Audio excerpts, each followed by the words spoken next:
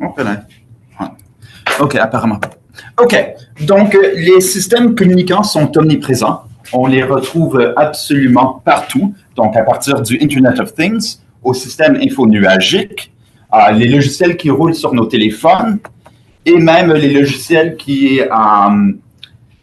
pour les serveurs sur l'Internet. Donc, par exemple, les serveurs courriels, les serveurs web, et ainsi de suite. Et malgré... bon, je suis habitué à faire la présentation en anglais. Donc, même si ces systèmes sont omniprésents, il y a toutes sortes de défis qui sont associés avec les systèmes concurrents, et en particulier les systèmes qui communiquent. Donc, il y a toutes sortes de défauts qui peuvent apparaître et sont à cause, en partie, du non-déterminisme et des défauts de s'assurer que les systèmes communiquent de la bonne façon. Donc, pour faire un exemple concret, en 2014, il y avait une grosse vulnérabilité qui s'appelait Heartbleed, qui était causée par une mauvaise implémentation du protocole de communication TLS Heartbeat. Donc, ce qui s'est passé, c'est qu'il y avait certaines données privées qui étaient accessibles depuis l'extérieur à cause d'une mauvaise communication et d'une mauvaise implémentation du protocole. Et ça a affecté toutes sortes d'entreprises connues telles que AWS, Yahoo, GitHub, et ça a même causé une fuite de données privées de l'Agence du revenu du Canada. Donc, il y avait, je pense que c'était 900 citoyens canadiens ont vu fuir leur numéro d'assurance sociale. Et pour mettre ça un peu en perspective, en termes du coût, ça a coûté un demi-milliard de dollars américains pour essayer de régler ce défaut-là, en termes d'impact. Donc, ce qu'on aimerait pouvoir faire, c'est raisonner de façon statique au sujet de nos systèmes concurrents. Parce que le non-déterminisme fait en sorte qu'on ne peut pas tout simplement tester tous nos systèmes, a priori, parce que ça se peut que selon un certain chemin d'exécution, on rencontre une vulnérabilité, et selon un autre, on ne voit pas cette vulnérabilité-là.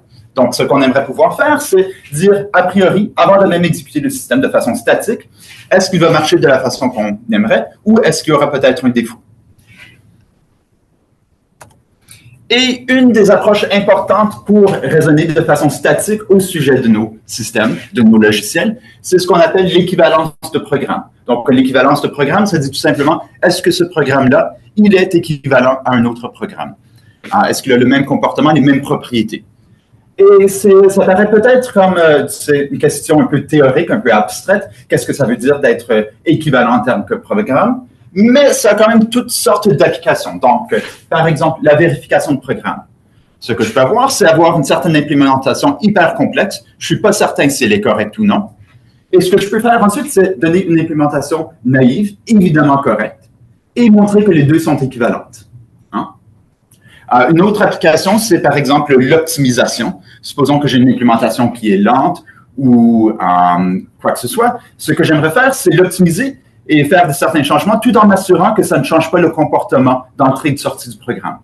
Et pour faire ça, bien, ce que je fais, c'est que je vérifie de façon formelle que le programme lent est équivalent à la version optimisée pour m'assurer que je n'ai pas changé son comportement. Donc, cette approche-là, par exemple, a été utilisée pour vérifier les optimisations dans le compilateur LLVM, C++. Et on peut aussi l'utiliser pour s'assurer que lorsqu'on modifie nos logiciels, on n'introduit pas de régression. Donc, si je fais une mise à jour de mon logiciel, je veux m'assurer que je ne l'ai pas changé d'une façon que ça va créer une régression, un défaut. Donc, la technique que je vais présenter aujourd'hui, c'est un peu une technique pour vérifier ou raisonner au sujet de l'équivalence de systèmes concurrents qui vont communiquer. Ce que ça veut dire de façon abstraite. Et j'essaie de rendre ça un peu plus concret par ce que je veux dire par un système communicant ou un système concurrent. Donc, aujourd'hui, on va s'intéresser aux systèmes concurrents qui sont formés de différents agents qui vont s'échanger des messages entre eux. Et l'idée, c'est que ces agents-là, on va les appeler des processus et ils vont implémenter une certaine architecture client-serveur. OK? Et les clients les processus vont communiquer entre eux en utilisant ce qu'on appelle des canaux, que je vais indiquer avec des petites lignes horizontales. On peut se dire que c'est un peu comme un câble téléphonique ou un câble réseau. Et les processus vont s'échanger des messages sur ces canaux-là qui sont nommés par un certain nom. Et pour que la communication marche pour que le système marche de la façon attendue, il faut s'assurer que tous les processus respectent leur protocole de communication. Et la façon qu'on va spécifier les protocoles de communication pour chaque canal, c'est qu'on va donner ce qu'on va appeler un type de session. C'est tout simplement une façon qu'on va encoder le processus, le protocole dans notre système. Donc, on va indiquer que ici, par exemple, le protocole pour le canal C0, c'est le protocole A0. Je vais vous expliquer c'est quoi plus tard. Et pour représenter cette collection de clients, cette architecture client-serveur, je vais toujours mettre le service, le canal offert à la droite. Et si je suis client d'un certain nombre de canaux, bien, je vais les mettre à la gauche. Donc, on va utiliser un peu cette représentation graphique-là. Est-ce qu'on est beau jusque-là? OK. Et souvent, ce que je vais faire, c'est que je vais utiliser une lettre grecque majuscule, un delta, pour abrévier une liste de canaux. Donc, souvent, je vais abrévier cette notation graphique-là en écrivant delta et un petit tourniquet, puis P pour le processus et le canal qui est offert à la droite. Et pour un peu faciliter les explications, je vais adopter un peu un code de couleur. Donc, les canaux qu'on va considérer sont toujours bidirectionnels. On peut toujours envoyer et recevoir des messages sur le même canal. Mais souvent, c'est intéressant de se dire dans quel sens est-ce que les messages vont à certains moments. Donc, je vais utiliser du rouge pour dire que les messages s'en vont de la gauche à la droite sur un certain canal et du bleu pour dire que les messages s'en vont de la droite à la gauche. Donc, tu peux dire le chaud, c'est positif, on s'en va dans le sens positif de la droite des nombres, puis le bleu, c'est froid, on s'en va vers la gauche. Et l'idée, c'est qu'au cours d'un calcul, la direction peut alterner. Bon, donc, comment rendre ça un peu plus concret? On va voir un exemple d'un processus et d'un protocole. Donc, ici, on a une machine distributrice, M, et elle offre un seul canal. Elle est un serveur pour un seul canal, ici appelé V, et le protocole sur ce canal-là, on va l'appeler vent pour machine distributrice. Et le protocole, pour l'instant, je vais le décrire en utilisant un automate. Donc, l'idée du protocole, c'est que, bien, soit je peux envoyer un message qui demande du T. Donc, c'est un message qui va aller dans le sens droite à gauche parce qu'il est en bleu. Et ensuite, la machine a seulement le droit de nous renvoyer du T. Un message rouge qui s'en va de la gauche vers la droite. Pareillement, on peut lui envoyer une demande pour du café, donc un message bleu, request coffee, et la machine a seulement le droit de nous renvoyer du café. Donc, on ne peut pas dire, par exemple, faire une demande du thé et recevoir du café, c'est interdit par le protocole.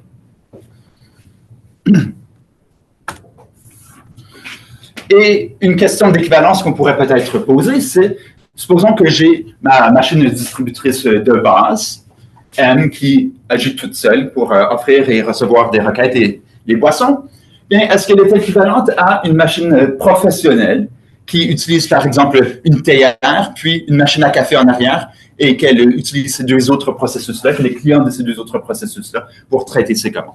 C'est un exemple un peu simple ou artificiel pour illustrer l'idée d'équivalence. Donc, qu'est-ce que ça veut dire d'être équivalence? Comment est-ce qu'on peut essayer de formaliser cette notion informelle-là et vérifier si deux processus sont équivalents? Donc, l'approche que je propose, c'est ce qu'on appelle la sémantique dénotationnelle. C'est une approche qui existe depuis les années 1960, qui a connu d'énormes succès pour modéliser et raisonner au sujet des langages fonctionnels. Et la façon que ça marche, c'est qu'on va avoir notre univers de syntaxe, de programme, de code. Et ce qu'on va faire, c'est qu'on va définir une fonction qui va envoyer chaque morceau de code à un objet dans un univers mathématique. Donc, on pourrait se dire, par exemple, que nos programmes ici pourraient correspondre à des fonctions entre des états. Dans le cas de programmes quantiques, ça pourrait correspondre à certaines transformations linéaires. Dans le cas de processus, on va voir quel univers mathématique choisir. Mais l'idée, c'est qu'on va tout simplement dire, ce programme-là, il va dénoter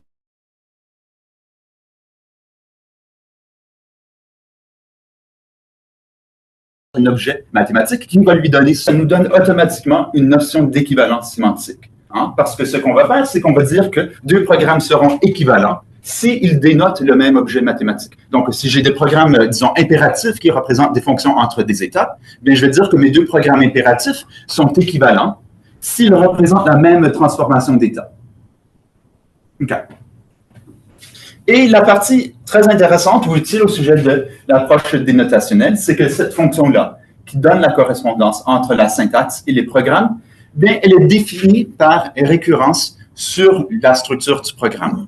Donc, c'est une fonction où le sens du programme tout entier est une fonction des sens de ses composantes. Et ce que ça nous permet de faire, c'est du raisonnement modulaire. Donc, ça nous permet de raisonner au sujet des sous-composantes et de combiner ces morceaux de raisonnement-là pour déduire des propriétés du programme tout entier. Ce qui est utile si jamais on veut raisonner au sujet de programmes réels, parce qu'on n'a pas envie de raisonner au sujet de dizaines de milliers de lignes de code à la fois. Ce qu'on aimerait faire, c'est raisonner au sujet de petits morceaux et ensuite composer ces morceaux de raisonnement-là pour déduire des propriétés du système tout entier. Donc, ce qu'on va faire, c'est qu'on va donner une sémantique dénotationnelle pour les systèmes, les processus communicants que j'ai décrits.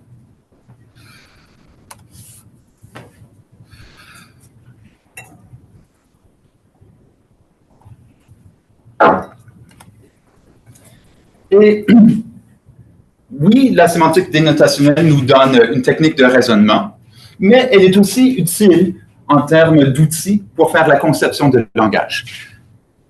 Parce que ce qui arrive souvent, c'est qu'on peut avoir un langage, et ce qui peut se passer, c'est que si on ajoute une certaine fonctionnalité, il peut y avoir toutes sortes d'interactions qui sont un peu imprévues et inattendues entre la nouvelle fonctionnalité et les fonctionnalités qui étaient déjà là. Donc, par exemple, si on a des valeurs étiquetées et on vient y rajouter de la récursivité, ça peut venir briser la sûreté du langage. Donc, c'est un outil qui est un peu un cadre mathématique qui nous aide avec la conception parce que ça nous donne un cadre rigoureux pour dire « Ah, bien, si j'ai ça et j'ajoute ça, bien, quelles sont les interactions du point de vue formel? Comment est-ce qu'on peut les comprendre? » Donc, ça va aussi nous donner un certain cadre pour voir comment se faire la conception des langages qui communiquent, pour les processus qui communiquent.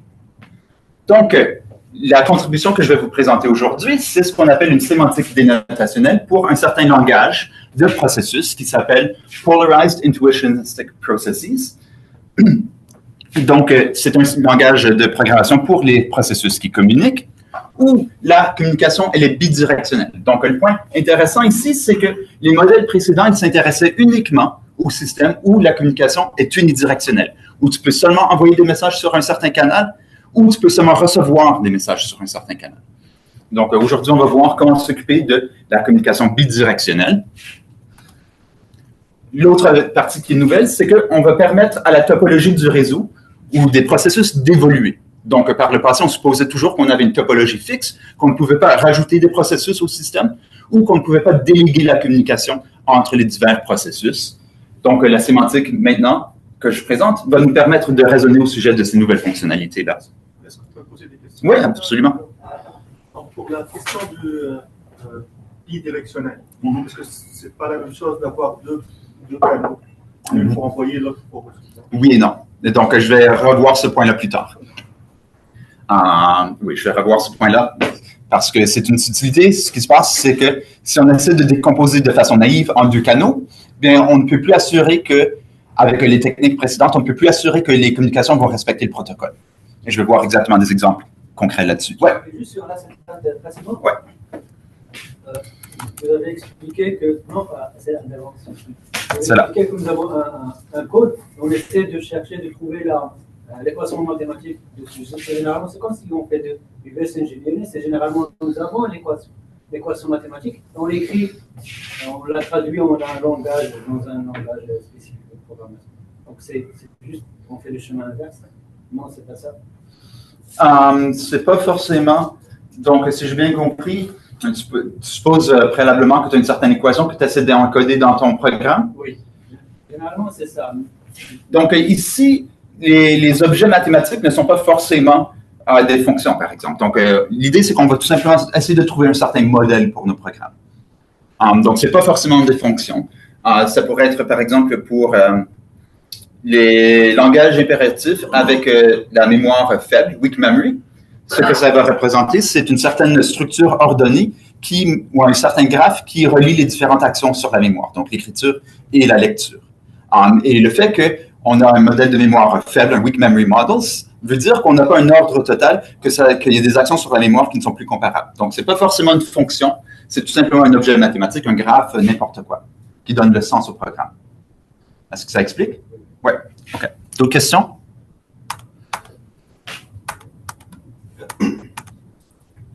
OK. Et pourquoi est-ce qu'on s'intéresse à ce langage-là, d'où ce qu'il vient, bien, ce que c'est que c'est une certaine interprétation computationnelle d'un système logique. La logique linéaire intuitionniste est polarisée. Et la raison qu'on s'intéresse à ce langage-là, c'est qu'il est le noyau de plusieurs autres langages pour les systèmes communicants. Donc, c'est vraiment un noyau essentiel qui a certaines fonctionnalités vraiment de base et qui sont présentes dans plusieurs autres langages. Donc, c'est vraiment un peu, on pourrait se dire, un laboratoire pour étudier ces fonctionnalités-là. Et le fait que c'est une interprétation computationnelle, ça veut dire qu'on a toutes sortes d'outils un peu mathématiques qui nous permettent de comprendre comment le langage marche. Donc, l'idée des interprétations computationnelles de la logique, c'est que dans la logique, on a des propositions et des démonstrations. Et ce qu'on fait, c'est qu'on interprète les propositions comme étant certains types. Donc, pour les langages fonctionnels, ça veut dire des types de données. Dans le cas des langages pour les systèmes communicants, ça veut dire qu'un type va correspondre à un protocole de communication. Donc, ce qu'on va appeler un session type. Ça va être une façon d'encoder les protocoles. Ce sera une certaine façon d'interpréter les propositions de ce système logique-là. Et les démonstrations du système, elles, vont correspondre au programme. Donc, dans le cas des langages fonctionnels, ça correspond à un programme dans un langage fonctionnel. Dans notre cas, ça va correspondre aux processus qui vont communiquer entre eux. Et la notion de calcul qui est donnée par la logique computationnelle, c'est la simplification de preuves. Dans notre cas, ça va correspondre à faire communiquer les différents processus dans le système. Donc, l'idée qu'on fait une simplification de preuves du côté logique, ça correspond exactement à l'échange de messages du côté des processus. Donc, il y a vraiment une belle correspondance entre les systèmes logiques et leur interprétation en termes de langage de programmation et de programmes qui vont tourner. Ouais. Et un autre avantage d'essayer de modéliser ces systèmes-là en termes de considérer les langages qui sont basés sur des systèmes logiques, c'est que, comme j'ai mentionné, on peut utiliser toute la machinerie logique pour raisonner au sujet des langages et de leurs programmes. Donc, il y a une certaine propriété des systèmes logiques qui s'appelle l'élimination de coupure, qui dit qu'on peut toujours bien simplifier nos preuves. Bien, dans ce cas-ci, ce que la propriété computationnelle que ça nous donne, c'est la vivacité. C'est que nos processus vont toujours pouvoir faire du progrès, ils vont toujours pouvoir faire des calculs.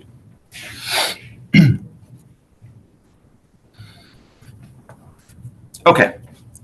Donc, revenons à notre exemple, puis on va essayer de rendre ça un peu plus concret, de l'encoder dans notre système, dans notre interprétation computationnelle de la logique, dans notre langage PIP.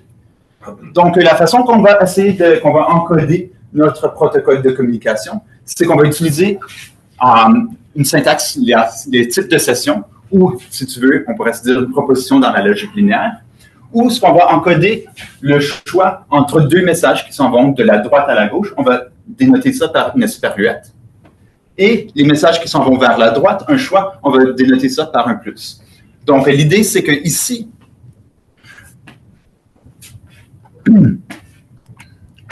la façon que ça va marcher, c'est qu'au départ, on a un choix entre deux messages. Et l'esperluette nous dit, ah bien, on a le choix entre faire une demande pour du thé et une demande pour du café. Et supposons qu'on fait la demande pour le thé, bien, le protocole va nous dire que le seul choix que j'ai maintenant à faire, c'est une demande pour du thé. Et c'est un exemple d'un protocole récursif. Donc maintenant, on recommence. On doit respecter le protocole vend qu'on vient tout juste de définir. Donc, c'est un exemple d'un protocole récursif. Donc, supposons qu'on fait une demande pour du café. Ensuite, le seul choix qu'on peut faire, c'est renvoyer du café et ainsi de suite. Donc, on voit que le protocole encode vraiment la notion de messages de communication qui sont permises, ou une communication, c'est tout simplement une séquence de messages. Si vous voulez, on pourrait aussi penser que les types de sessions, c'est un peu comme une syntaxe pour les automates, si vous préférez cette analogie-là.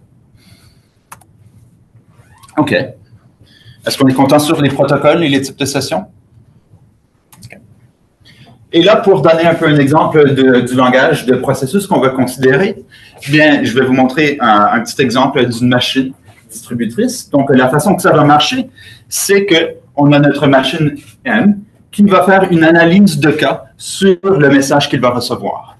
Donc, le protocole vend lui dit qu'il peut seulement recevoir du café ou du thé. Hein. Donc, il va faire une analyse de cas sur le message qu'il va recevoir sur le canal V. Et s'il reçoit du café, bien, la seule chose, bien, ce qu'il va faire, c'est qu'il va renvoyer du café sur V et il va recommencer, donc processus récursif. Et s'il reçoit une demande pour du thé, bien, il enverra du thé sur V et il recommence. Donc, c'est un protocole, c'est un processus récursif qui fait tout simplement une analyse de cas et qui envoie la boisson demandée. Les détails du langage ne sont pas hyper importants. On va essayer de traiter ça de façon un peu plus abstraite. Bon. Donc, là, on revient à l'idée proposée de est-ce qu'on ne peut pas tout simplement diviser le canal bidirectionnel en deux paires de canaux unidirectionnels? Notre idée, c'est qu'on va essayer de modéliser nos processus en termes d'objets mathématiques. Et ce qu'on peut faire, c'est que ce qu'on aimerait faire, c'est vérifier, lorsqu'on veut raisonner au sujet de l'équivalence, si j'envoie deux processus les mêmes messages, est-ce que je reçois les mêmes messages? Donc, on va s'intéresser au comportement d'entrée-sortie des processus, ce qui suggère qu'on va essayer de les modéliser en termes de fonctions.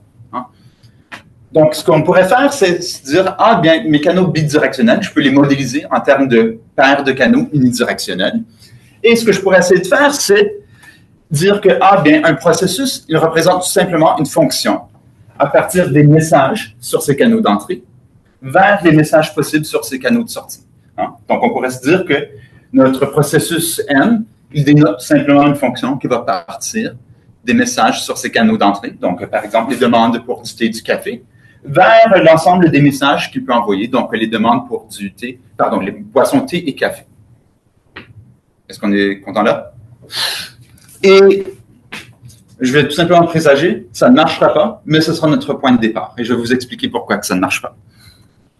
Donc ça, c'est le cas pour la machine distributrice.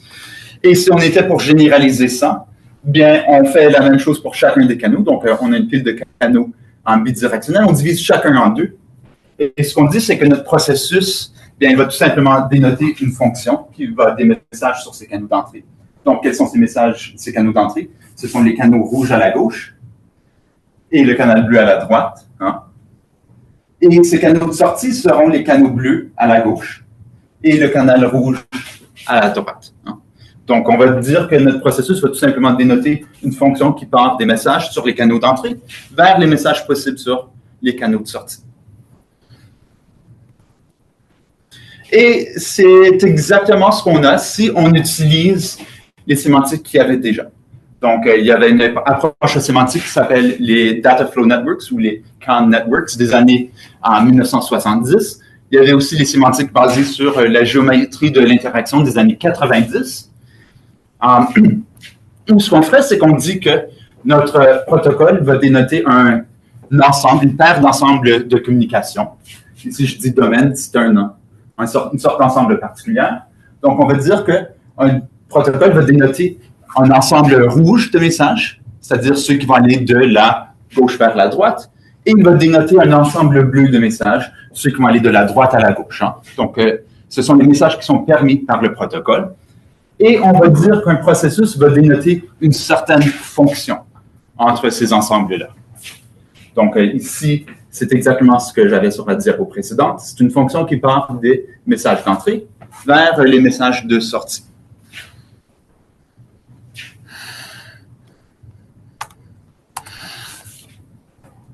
Et ici, j'ai mis quelques mots supplémentaires. Donc, en fait, ce qu'on peut considérer, ce ne sont pas tout seulement des ensembles, mais certains ensembles ordonnés qui vont nous donner des belles propriétés.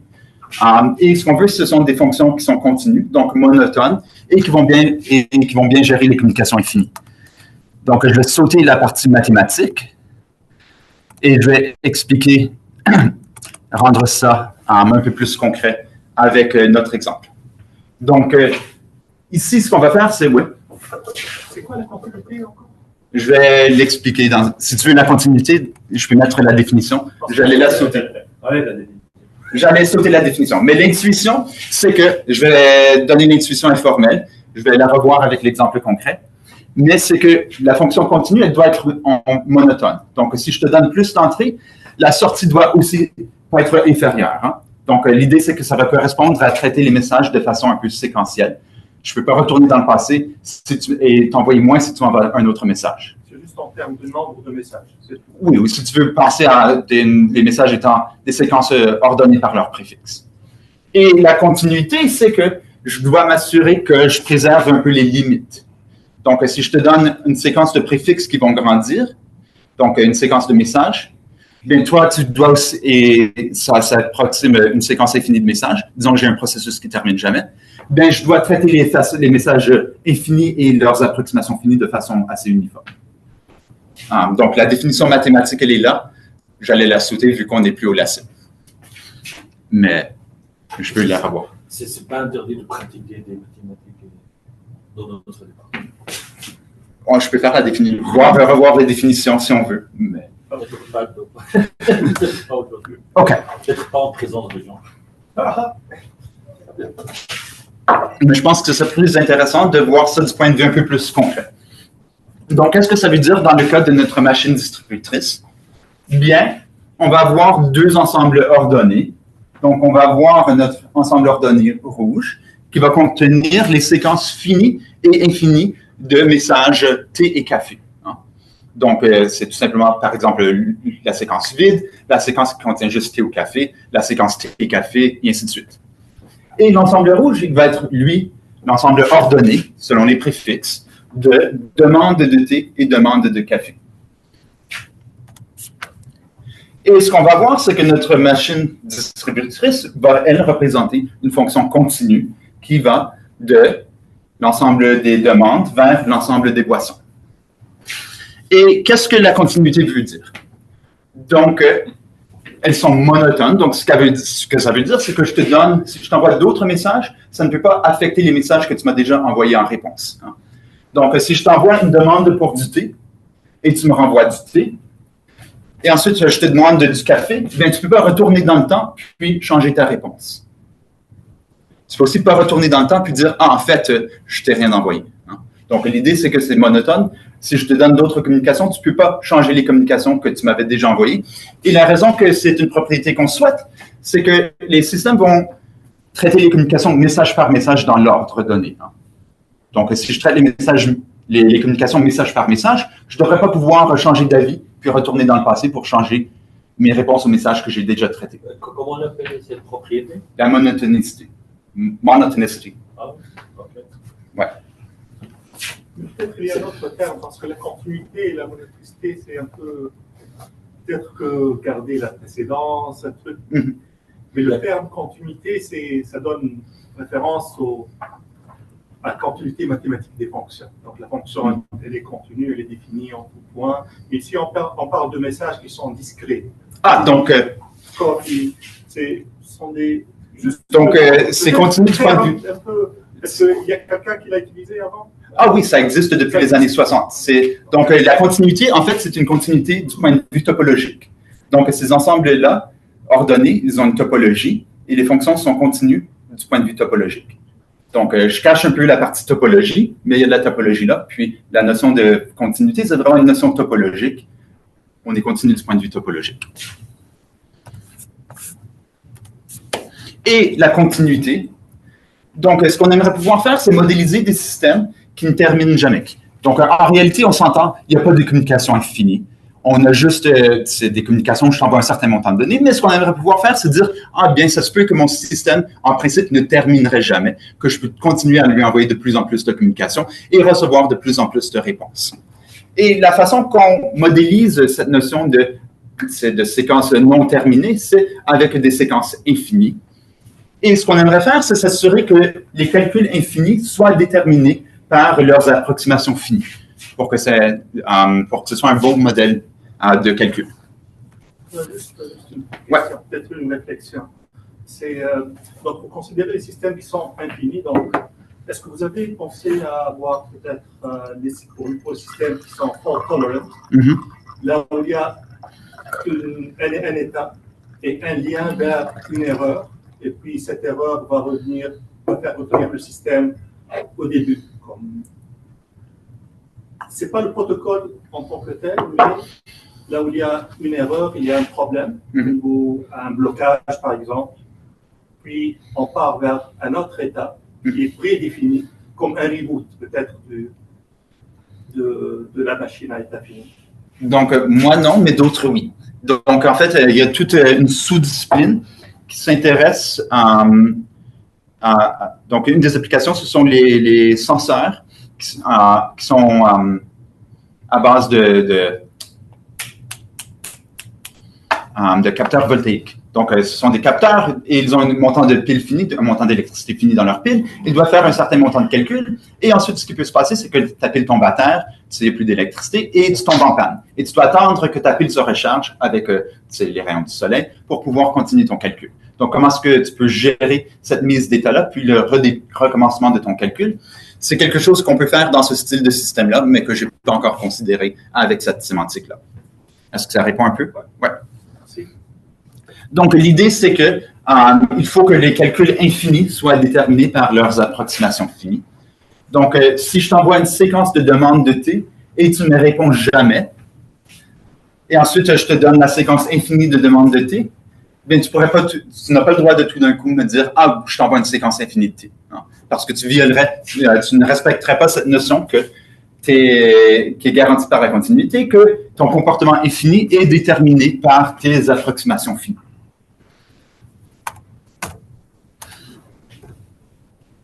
Bon, donc j'ai mentionné que cette approche-là ne marche pas. Pourquoi? Bien, il n'y a rien qui n'assure que la fonction que dénote notre machine va respecter son protocole. Il n'y a absolument rien. Parce que j'ai décomposé mon canal bidirectionnel en deux canaux. Donc, ce qui pourrait se passer, c'est je pourrais définir une mauvaise interprétation, F, qui, en réponse au T, nous redonne du café. Et ce que je veux m'assurer, c'est que j'ai seulement les bonnes fonctions légitimes dans mon système qui pourraient être utilisées pour modéliser mes programmes. Donc, je veux m'assurer que ce soit impossible que M dénote une mauvaise fonction qui répond café après avoir reçu une demande de T. Donc, ça, c'est le premier problème. C'est en ayant découpé ou tranché en deux, j'ai perdu cette relation entre les entrées et les sorties. Et donc, on va essayer de raffiner notre modèle sémantique pour éliminer ces mauvaises fonctions-là.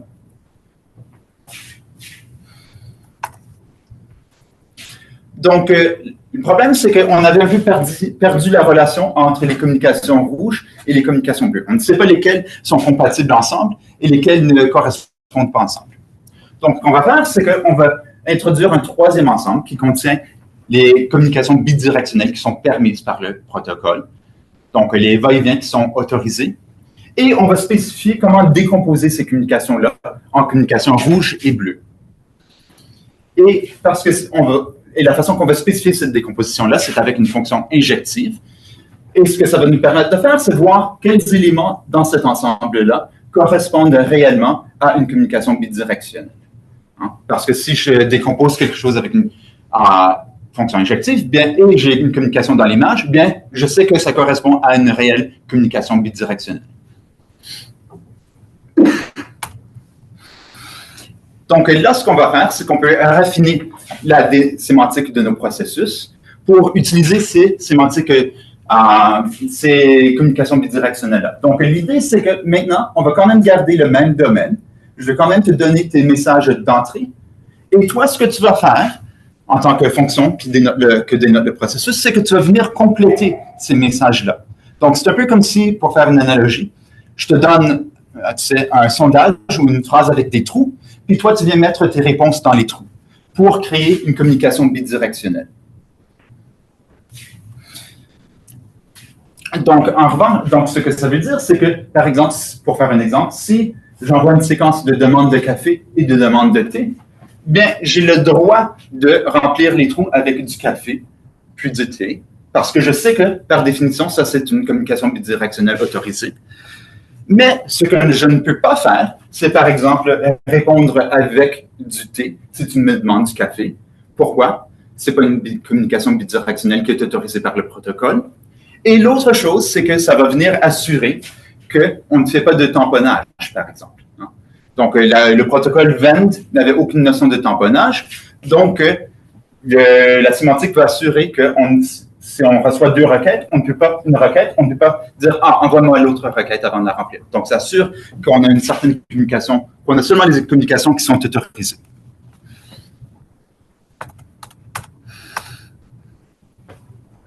Il y a d'autres actions qui vont aussi venir s'assurer que les entrées correspondent avec les sorties. Donc, par exemple, si je t'envoie une demande pour du thé, on va aussi s'assurer que la communication bidirectionnelle que je te donne comme sortie, bien, je ne vais pas dire, ah, en fait, je vais mentir, tu m'avais demandé du café ou du thé. Donc, on s'assure qu'il y a quand même une bonne correspondance entre les entrées et les sorties. Bon. Donc, qu'est-ce qu'on a accompli jusque-là, si on était pour faire un retour?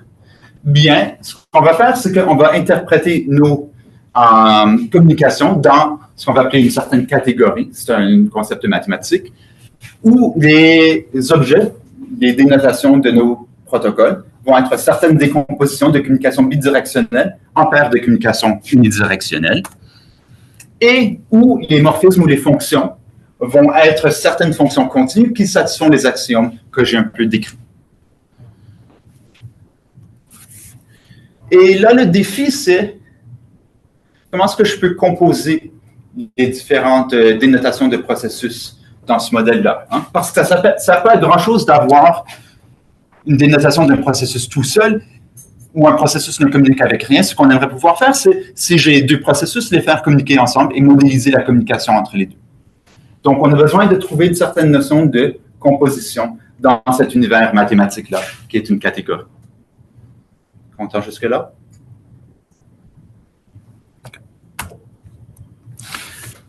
Donc, le problème, c'est pas clair comment définir cette composition-là. Parce que ce qu'on doit faire pour avoir une sémantique dénotationnelle, c'est on doit définir la composition de P et de Q sur un certain canal C en termes des dénotations de P et de Q. Hein.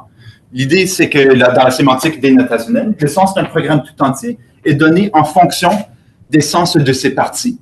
Donc, si je fais communiquer P et Q ensemble sur un canal C, bien, il faut que le sens de ce processus composé-là soit une fonction des sens de P et de Q. Et le problème, c'est que on ne peut pas utiliser la composition de fonctions naïves pour plusieurs raisons. En premier, on a un aller-retour, on a un feedback loop entre P et Q. Hein. Donc, la sortie de Q dépend de son entrée, mais la sortie de P dépend de ce qu'elle reçoit de Q. Donc, on a cet aller-retour-là qui nous empêche d'utiliser une composition naïve de fonctions. Et il y a aussi l'aspect plus fondamental que le domaine de Q et le codomaine de P sont des ensembles différents. Donc, on ne peut pas utiliser tout simplement la composition de fonctions.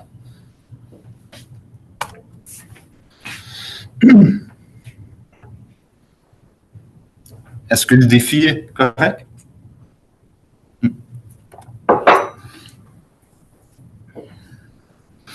Donc, si on était pour essayer de modéliser ça, bien, supposons que F, c'est notre fonction P. On va essayer de simplifier, puis considérer juste des fonctions avec, qui vont d'un canal vers un autre canal et d'un autre processus qui a un canal d'entrée puis un canal de sortie. OK? Donc, j'ai mes deux processus, F et G, un canal à gauche, un canal à droite, les deux. Et qu'est-ce que ça modélise? Qu'est-ce que ça correspond? Bien, ça veut dire que j'ai une fonction qui part d'un ensemble rouge et un ensemble bleu, les entrées, et qui viennent produire des communications complètes. Et pareil, G, c'est une fonction qui va aller de l'ensemble rouge, des communications d'entrée à la gauche, et l'ensemble bleu des communications d'entrée à droite, et qui va venir compléter les communications. Et ce que je dois réussir à faire, c'est trouver une fonction qui va aller de A vers D, qui va essayer de capter cette composition-là, cet aller-retour. Donc, ce que ça veut dire, c'est qu'il faut que je trouve une fonction qui va aller du A rouge et du D bleu, donc les communications qui veulent rentrer, et produire une communication bidirectionnelle complète dans ces deux ensembles-là, qui va venir cacher les interactions sur le canal entre les deux. Et si on examine ça, donc on voit qu'il y a le feedback ici parce que si j'ai si je veux faire repasser le feedback entre les deux, bien, la sortie de F, donc F a besoin des communications que la fonction G va lui donner pour produire un certain bêta, et G a besoin de la partie rouge qui est dans ce bêta-là pour produire un certain bêta prime, puis on va essayer de trouver une solution à un point fixe. Donc, du point de vue un peu plus graphique, ce qu'on veut faire, c'est j'ai ma sortie dans mon bleu noir, dans mon B noir ici, que je veux remettre en termes de bleu dans F.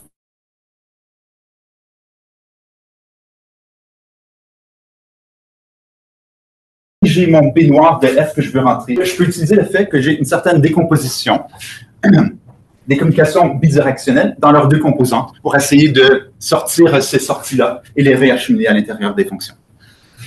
Donc, la façon qu'on fait ça, c'est qu'on utilise un plus petit point fixe. Je vais sauter les détails. Mais la partie essentielle, c'est qu'avec les fonctions continues, on peut trouver les solutions au point fixe. Donc, ça marche assez bien. Donc, là, ce qu'on a fait, c'est qu'on a réussi à définir une certaine sémantique dénotationnelle pour nos processus qui captent la communication bidirectionnelle. Et il nous reste encore quelques petits éléments à traiter. Donc, on n'a pas encore vu comment faire évoluer la topologie du réseau. Et on n'a pas encore vu la partie récursive, où on peut avoir des processus et des protocoles récursifs. Donc, là, ce que je veux faire, c'est que je veux considérer la partie de comment faire évoluer la topologie du réseau. Et la façon que ça marche, c'est que la façon que la topologie évolue, c'est que je peux envoyer des communications, des canaux de communication. Donc, supposons que je suis en train de discuter avec Wissam. Ce que je peux faire, c'est que je peux dire, ah bien, Jean, je t'envoie le canal de communication pour Wissam, je te laisse communiquer avec Wissam à ma place. Et la façon qu'on va encoder ça, c'est qu'on a un certain protocole A tenseur B qui va dire que, ah, bien, je vais t'envoyer un canal de type A et je vais continuer à communiquer selon B. Hein? Donc, dans ce cas-ci, ce que je peux faire, c'est que je vais dire, ah, j'envoie le canal de Wissam, tenseur, et ensuite, ce sera le canal de communication avec moi. Et du point de vue dual, il y a un protocole qui dit, ah, je peux recevoir un canal de type A et continuer à communiquer selon B.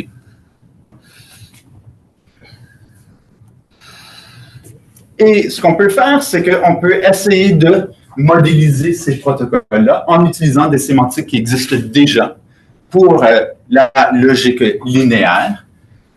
Donc, ce qu'on peut se dire, c'est que, bien, on pourrait modéliser ça en tant qu'une paire de communications. Hein? Donc, on pourrait se dire que les communications bidirectionnelles sont vraiment une paire de communications où j'ai les communications sur la partie qui satisfait A et j'ai les communications qui satisfont B. Donc, je vais modéliser l'envoi en étant une paire de communications, celle sur le canal qui est transmis et celle pour le reste de la communication.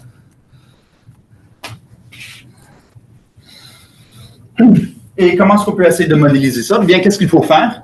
Il faut essayer de parler de comment décomposer ça en communications qui vont de la gauche à la droite et la communication qui vont de la droite à la gauche. Donc, c'est la même astuce pour les communications qui vont de la gauche à la droite et de la droite à la gauche, mais il y a un petit pépin. C'est que dans notre système, avec la récursivité, on pourrait avoir des processus qui ne reviennent jamais pour envoyer une communication. Donc, supposons que je rentre dans une boucle infinie, ça se peut que je n'envoie jamais une communication. Donc, ce que je vais faire, c'est que je vais venir ajouter un petit bottom ici, un petit élément tout à fait au bas de l'ordre, qui signifie l'absence de communication. Donc, c'est la seule modification qu'il faut faire. Et pour essayer d'illustrer comment on modélise les processus qui vont envoyer des canaux, je vais vous donner un peu de syntaxe. Donc, ici, supposons que j'ai un processus qui va recevoir un canal. Je vais vous expliquer la règle. Donc, ici, j'ai un processus qui va recevoir un canal A sur le canal B. Et il va continuer à exécuter selon P. Donc, ici, j'ai un canal, le canal qui a un type A tenseur B. Ça représente une paire, un canal qui est transmis de type A et les communications subséquentes vont suivre B. Donc, l'idée, c'est que ici, le canal qui est reçu a le type A et le canal qui contient le reste des communications B aura le protocole B. Donc, et le processus qui continuera, c'est le processus P. Donc, comment modéliser cela? Bien, il faut définir une fonction qui va essayer de capter ce comportement-là. Donc, j'ai besoin de définir une fonction qui va prendre les communications qui rentrent de la gauche sur le delta, donc un delta rouge, des communications qui rentrent de la gauche sur B, donc un petit B rouge, et les communications qui entrent de la droite, un petit C bleu. Et j'ai besoin de définir une fonction qui va compléter ces communications-là pour dire quelles sont les communications bidirectionnelles qui sont permises. Donc, on va essayer de raisonner au sujet de cela. Qu'est-ce que je fais si je ne reçois jamais le canal que j'étais censé recevoir sur B? Hein? Là, je suis un processus, j'attends pour recevoir un canal sur B. S'il ne vient jamais, je suis bloqué. Hein? Est-ce que je peux faire quoi que ce soit? Non, je suis complètement bloqué. Ouais. B, c'est le canal porteur. Oui, c'est le canal porteur. Et à la fin, quand tu as fait la réception d'un canal, tu as deux canaux. Tu as le porteur et le reçu. Exactement. Ouais. Donc, le reçu et le porteur. Donc, si je n'ai pas reçu le canal, j'attends, je me tourne les pouces, je ne peux rien faire. Donc, ici, le bottom, ça représente la situation où j'ai reçu aucun canal. Je suis en train de tourner les pouces, je suis bloqué, bien, je ne peux produire aucune communication. Hein. Donc, on va modéliser la sortie en tant que 3 bottoms qui représentent l'absence de communication. OK. Et là, comment faire si, en fait, je reçois la communication? Bien, l'idée, c'est que le canal. Bien, l'idée, c'est que dès que je reçois le canal, je continue en tant que P. Et puisqu'on est dans un contexte dénotationnel, je suis en train de définir ma fonction par récurrence sur la structure de mon programme. Et j'ai le droit de faire appel au sens de P. Hein. P, c'était le processus de continuation qui allait utiliser le canal que j'ai reçu et le canal porteur pour produire le reste des communications. Donc là, je fais appel à mon processus P. Je lui donne le canal que j'ai reçu et le canal porteur. Il me redonne ses communications et j'ai ensuite juste besoin de les remettre en paire pour la sortie. Donc, l'idée, c'est tout simplement de montrer que ça marche, que c'est faisable. Donc, on a réussi jusque-là à définir une sémantique pour les processus qui communiquent et bidirectionnels et où la topologie de réseau peut évoluer. Et la dernière partie que je vais traiter rapidement, qui est la partie la plus mathématique, c'est la partie sur les protocoles récursifs.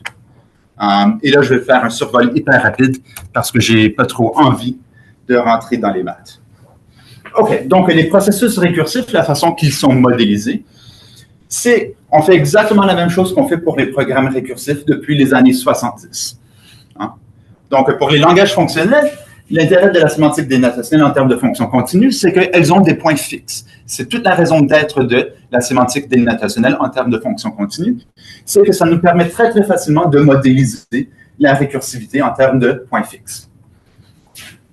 Et dans notre contexte, on peut utiliser exactement la même technique. Nos processus, eux, ils dénotent des fonctions continues. Les fonctions continues ont des points fixes. Et donc, un processus qui est récursif, lui aussi, va dénoter un point fixe de sa fonction.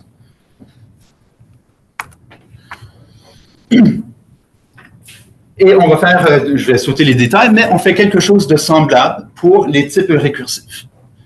Donc, PIP, lui, a des types récursifs. Donc, on avait vu, par exemple, le protocole VENT. C'est un protocole récursif, un protocole qui était défini en termes de lui-même. Et ce qu'on peut faire, c'est qu'on peut l'encoder en termes d'une certaine syntaxe qui nous permet de calculer son sens en termes d'un point fixe dans la catégorie qui nous intéresse. Je vais sauter les détails parce que c'est des catégories. Mais peut-être le point intéressant, c'est que ça dépend sur un certain résultat mathématique qui assure que ces points fixes-là, ils existent.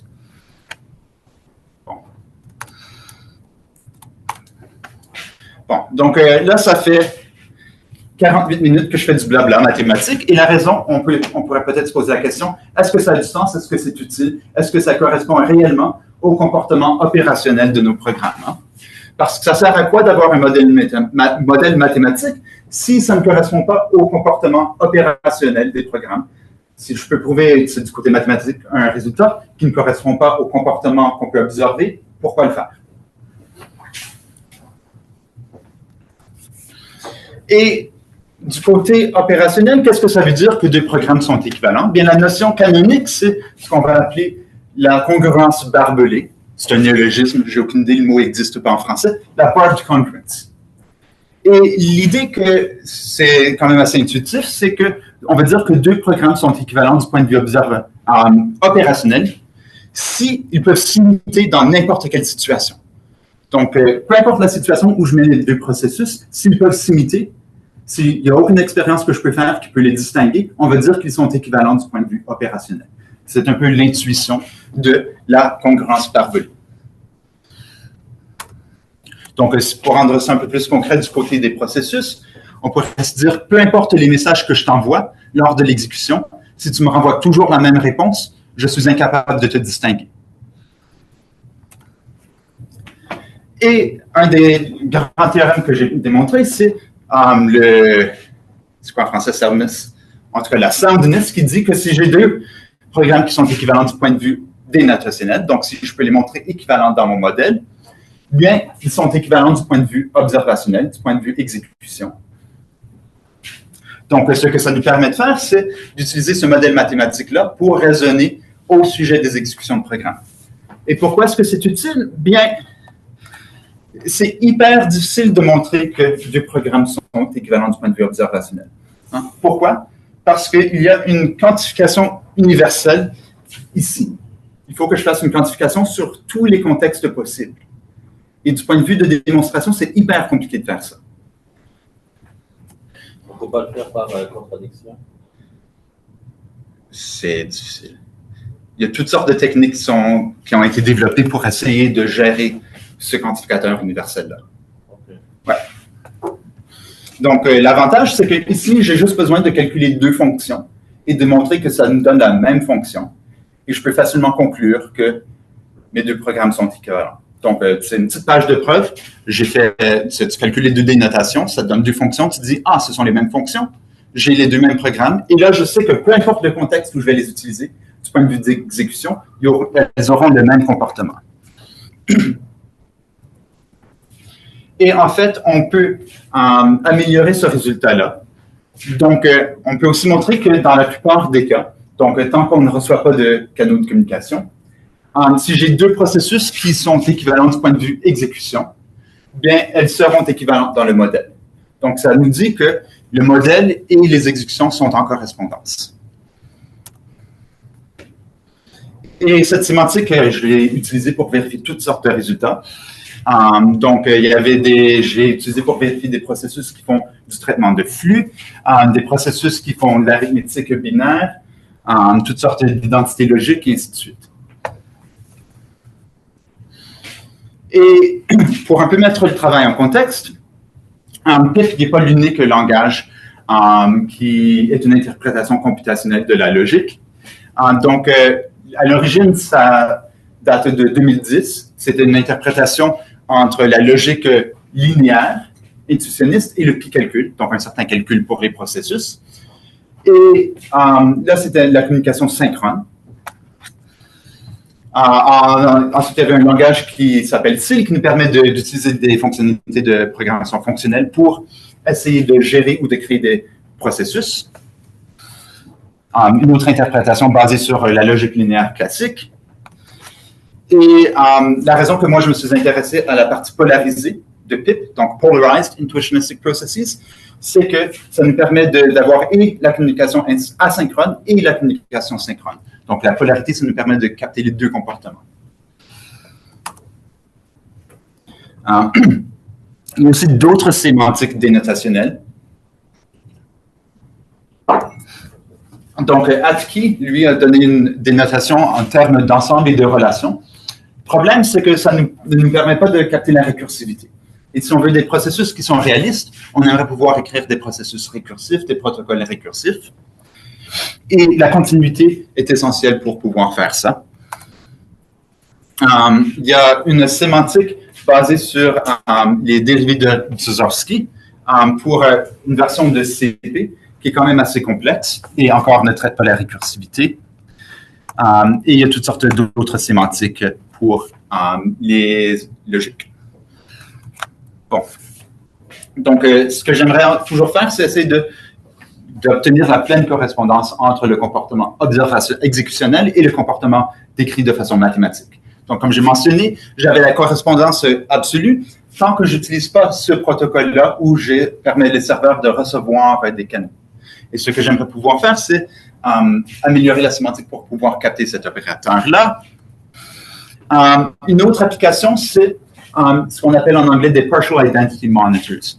Donc, l'idée de ça, c'est que souvent, nos systèmes vont être implémentés dans différents langages. Hein. Donc, peut-être mon serveur est implémenté en C et mon client est implémenté en Python, par exemple. Bien, on ne peut pas utiliser ce système de typage-là directement pour raisonner au sujet du système tout entier, parce que ce sont des systèmes qui sont implémentés de façon indépendante. Je n'ai pas accès au code source tout entier.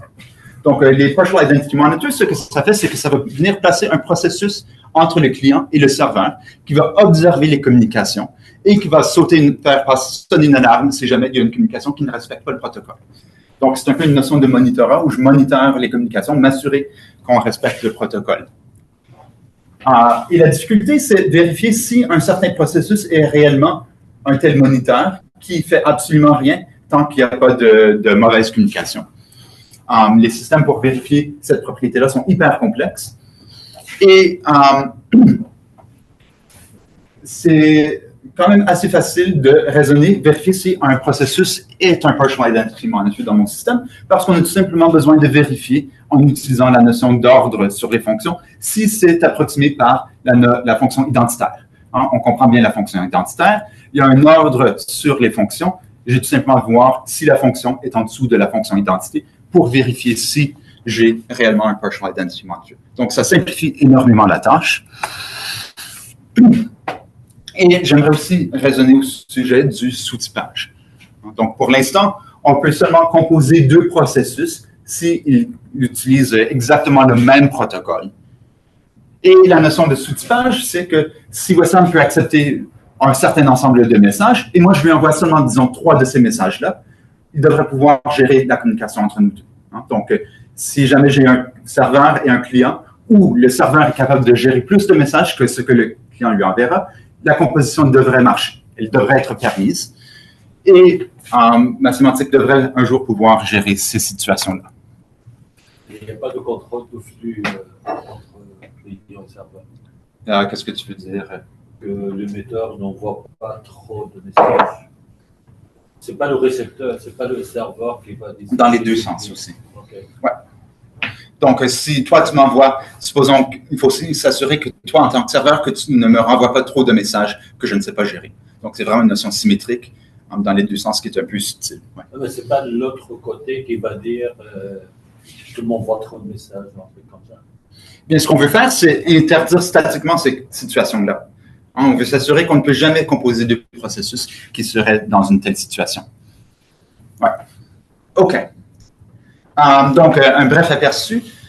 Si un peu l'idée de voir c'est quoi le contenu computationnel de la logique vous intéresse, il y aura un cours là-dessus à l'hiver. Venez en grand nombre. Et c'est ça. Donc, je suis heureux de prendre des questions. Merci beaucoup. Ouais.